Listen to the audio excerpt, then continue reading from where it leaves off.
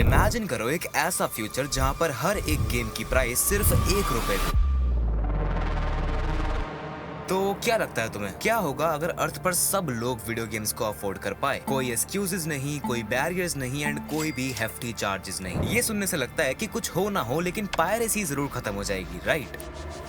Wrong, क्योंकि piracy कभी सिर्फ पैसों के बारे में थी ही नहीं। It was also about rebellion, curiosity, culture and sometimes even preservation. और इसीलिए आज हम लोग वक्त में पीछे जाने वाले हैं, बहुत पीछे, to the birth of video game piracy. ये देखने के लिए कि कैसे एक simple act of copy pasting a game एक ऐसी अनस्टॉपेबल फोर्स में इवॉल्व हो गया जिससे आज भी बड़ी बड़ी कंपनीज लड़ने के लिए बिलियंस खर्च कर देती हैं, और कैसे एंड में जीत हमेशा उन पायरेट्स की ही होती है। तो हेलो यारों, this is the entire history of video game piracy and why it will never die.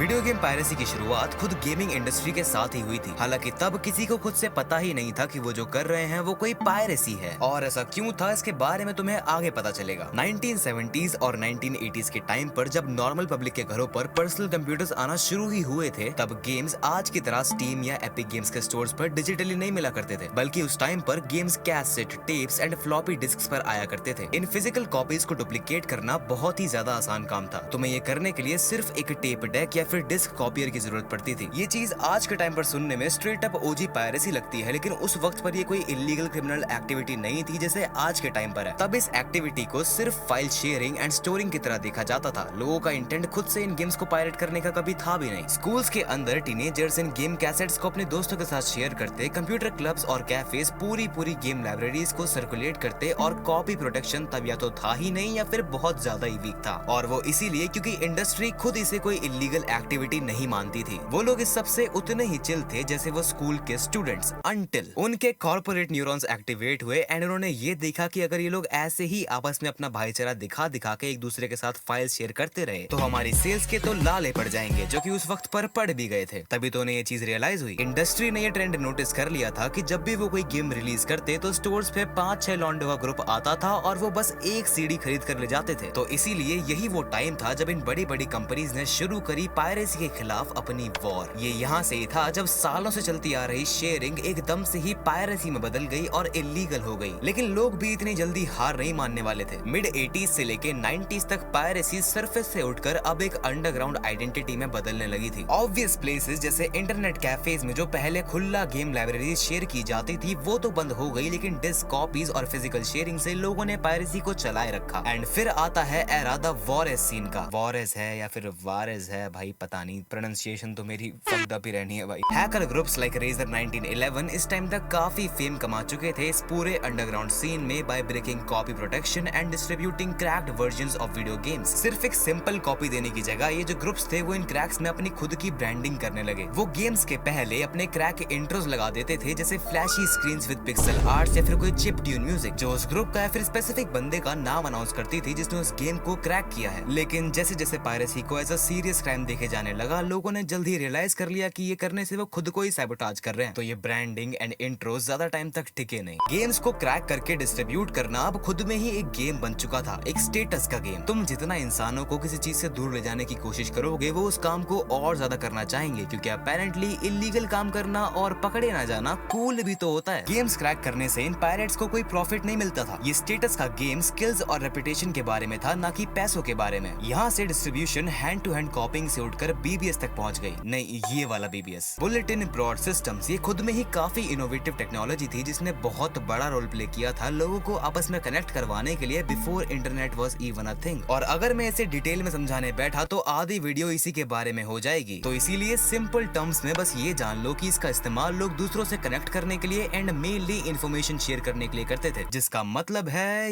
Yes you guessed it right, files को अपलोड एंड डाउनलोड करना। और इसी के थ्रू लोग उन पायरेटेड गेम्स को अब पहली बार डिजिटली डाउनलोड कर सकते थे। काफी लोगों के लिए पायरेसी ही मेन रीजन बन गया जिसकी वजह से उन्होंने पीसी गेम्स को डिस्कवर किया इन द फर्स्ट प्लेस। और हालांकि इस वक्त पर टेक्नोलॉजी की वजह से ये सब करना हैक्टिक तो हुआ करता था, लेकिन उतना मुश्किल नहीं, क्योंकि अभी भी गेम्स को पायरेट करना आसान था। इंडस्ट्री ने अभी तक ऐसा कुछ भी डेवलप नहीं किया था जो पायरेसी से हेड ऑन लड़ सके। लेकिन इसके बाद आता है कार्ट्रिज कंसोल्स का एरा। NES, SNES और सेगा जेनेसिस जैसे कंसोल्स अब वीडियो गेम मार्केट में मेन स्ट्रीम हो गए थे एंड उन्हें पायरेट करना कंपैरेटिवली ज्यादा मुश्किल हुआ करता था, क्योंकि गेम्स अब स्पेशलाइज्ड चिप्स पर आया करती थी, ना कि पहले की तरह उन नॉर्मल हार्ड डिस्क और टेप्स पर। लेकिन इवन इस नई टेक्नोलॉजी को काउंटर करने में भी पायरेट्स को कुछ ज्यादा टाइम नहीं लगा। जल्दी लोगों को ब्लैक मार्केट हार्डवेयर जैसे कॉपियर और मॉड चिप्स देखने को मिलने लगी, जो कि इन स्पेशलाइज्ड चिप्स या फिर कार्ट्रिजेस में से गेम्स को नॉर्मल डिस्क पर कॉपी करने देती थी। तो फिर यहाँ से कुछ लोग या तो इन डिवाइसेस को ही ले लिया करते थे या फिर इन डिवाइसेस का इस्तेमाल करके जो मास प्रोडक्शन की जाती थी कॉपीड गेम्स की, उन्हें लोग खरीद लिया करते थे। ईदर वे यहाँ पर एक बार फिर से पायरेट्स ने वीडियो गेम कंपनीज को हरा दिया था। इस वक्त पर एशिया में स्पेशली हांगकांग और मेनलैंड चाइना में पायरेटेड कार्ट्रिजेस हर जगह फैली हुई थी। 90s के टाइम पर अगर तुमने ऐसे ही कोई game cartridge in black market या फिर ऐसे स्ट्रीट्स पर से खरीदी होती तो there was a good chance कि वो फेक निकलती। और जहाँ एक तरफ कंसोल्स के लिए ये सब हो रहा था, पीसी की दुनिया में पायरेसी और बढ़ती रही जैसे जैसे गेम साइज में बड़े हुए और वो CD रोम्स पर शिप होने लगे। ये CD रोम्स के यूज में आने के बाद ही था जब कॉपी प्रोटेक्शन सिस्टम्स मार्केट में आना शुरू हुए, जैसे सेक्यूरोम और सेफ डिस्क, जिन्होंने फिर से ट्राई किया कि एटलीस्ट सिंपल डुप्लीकेशन तो रोका जा ही सके। लेकिन फिर से पायरेट्स ने भी इसके रिस्पॉन्स में क्रैक्स और कीजन सॉफ्टवेयर से जवाब दिया, जो कि फेक सीरियल नंबर्स और कीज जनरेट कर सकते थे और सारे चेक्स को एंटायरली बाईपास कर सकते थे। अगेन इंडस्ट्री की हार और पायरेसी की जीत।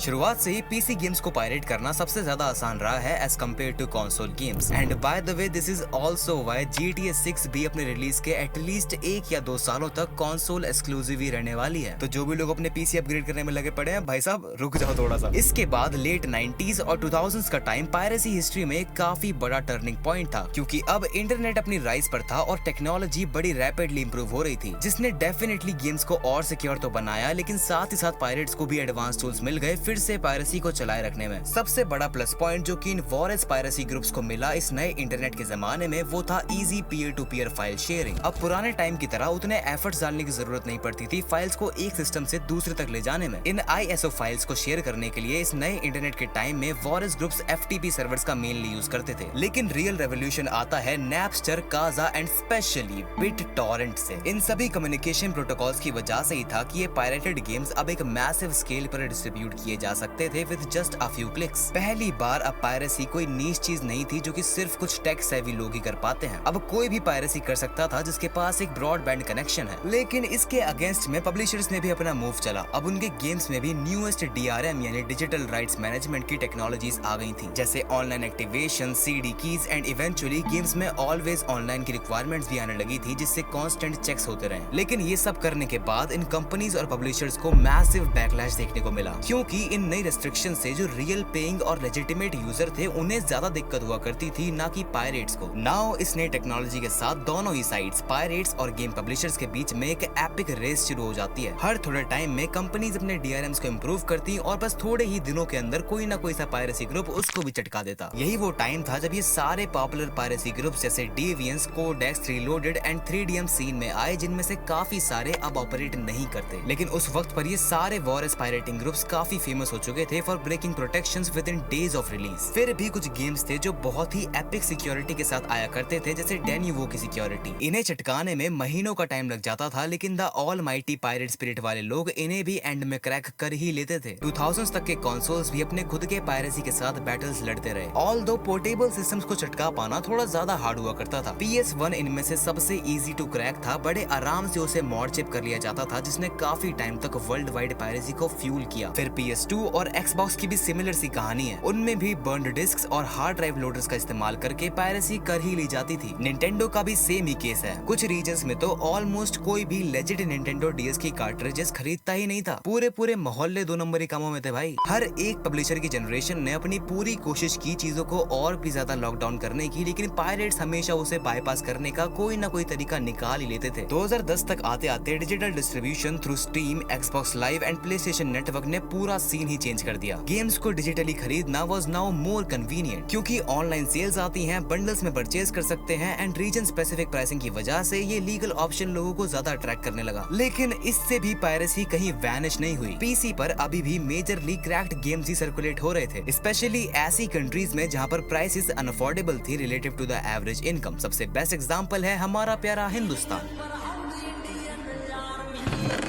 और अब मोबाइल फोन स्पेशली एंड्रॉइड पर भी पायरेसी रैम्पेज मोड पर चलने लगी थी through APK sideloading. Although iOS इन सब चीजों में एंड्रॉइड से कहीं ज्यादा स्ट्रिक्ट था, लेकिन फिर भी उसमें जेल ब्रेकिंग के थ्रू पायरेसी कंटिन्यूड रही। इवन जब गेम्स के बिजनेस मॉडल शिफ्ट हुए जैसे free to play, micro transactions and subscription services like game pass, तब भी पायरेसी ने क्विकर देन एवर अडेप्ट कर लिया। लोग इवन फ्री गेम्स को भी मॉड करने लगे, प्रीमियम करेंसी को पायरेट करने लगे और यहाँ तक कि चुराए हुए अकाउंट्स भी ट्रेड किए जाने लगे। और तब से लेके आज तक यानी 2020s के एरा में piracy is less about raw access and more about culture preservations and bypassing restrictions. Unaffordability चाहे ही पायरेसी का one of the major pillar हो, लेकिन उसके अलावा भी लोग ये सब करते हैं रीजन लॉक, सेंसरशिप्स, डीआरएम की अनोइंग रेस्ट्रिक्शंस एंड अनअवेलेबिलिटी जैसी चीजों को टैकल करने के लिए। एक और एग्जांपल पुराने गेम्स का है जो अब और मार्केट में अवेलेबल नहीं है, जिन्हें अबैंडनवेयर कहा जाता है। उन्हें भी अलाइव रखा जाता है थ्रू दीस पायरेट आर्काइव्स, क्योंकि फैंस आर्ग्यू करते हैं कि ये इकलौता तरीका है गेमिंग हिस्ट्री को प्रिजर्व रखने का। मीनवाइल कंपनीज अपनी तरफ से पूरा पुश करती हैं डीआरएम्स को जैसे डैनीवो, लेकिन क्रैकिंग ग्रुप्स आज भी एग्जिस्ट करते हैं। इन डीआरएम्स की इन्फोर्समेंट इतनी कॉस्टली है कि गेम के पूरे बजट में से एक मैसिव चंक तो सिर्फ प्रोटेक्शन में चला जाता है और उसके बाद भी वो कभी इफेक्टिव प्रूव नहीं होता, जिसका मतलब है कि पायरेसी हर बार इन छोटे छोटे क्रैक्स के थ्रू स्लिप इन करती रहती है और हमेशा करती रहेगी। इवन अगर कल को इस दुनिया में सब मैजिकली गेम्स को अफोर्ड करने लगे, तब भी पायरेसी एग्जिस्ट करेगी, क्योंकि ये सब सिर्फ पैसों की वजह से नहीं है। द अंडरग्राउंड कल्चर जिसे द सीन कहा जाता है वो खुद थ्राइव करता है इस प्रेस्टीज ऑफ क्रैकिंग प्रोटेक्शंस पर। पायरेसी ने हर नए फॉर्मेट, हर नए बिजनेस मॉडल और हर नई टेक्नोलॉजी के साथ खुद को अडेप्ट किया है फॉर ओवर 40 इयर्स नाउ। और यही अडेप्टेबिलिटी रीजन है क्यों पायरेसी कभी खत्म नहीं होगी, रिगार्डलेस ऑफ हाउ अफोर्डेबल और एक्सेसिबल गेमिंग बिकम्स। और अब क्योंकि तुम ये जान गए हो कि पायरेसी कभी खत्म तो होने नहीं वाली है, तो it's always a plus point for you अगर तुम्हें ये पता हो कि पायरेसी एक्चुअल में काम करती कैसे है। आखिर कैसे ये लोग इतने बड़े बड़े पब्लिशर्स जैसे रॉकस्टार तक की गेम्स को क्रैक करके तुम तक पहुंचा देते हैं। आखिर कैसे ये पायरेसी का पूरा बिजनेस चलता है और तुम्हें कैसे पायरेसी नहीं करनी है, ये सब जानने के लिए तुम ये वीडियो देख सकते हो, जिसमें मैंने गेम पायरेसी होती कैसे है वो एक्सप्लेन की है for educational purposes of course. तो यहाँ क्लिक करो एंड देख लो। मैं तुम्हें उसी वीडियो में मिलूंगा। इस वीडियो को हाइप करो सुपर थैंक्स के साइड वाले इस क्यूट बटन को दबाकर, and also subscribe if you haven't yet. हमें साल के एंड तक 100K सब्सक्राइबर सेट करने हैं। Good bye.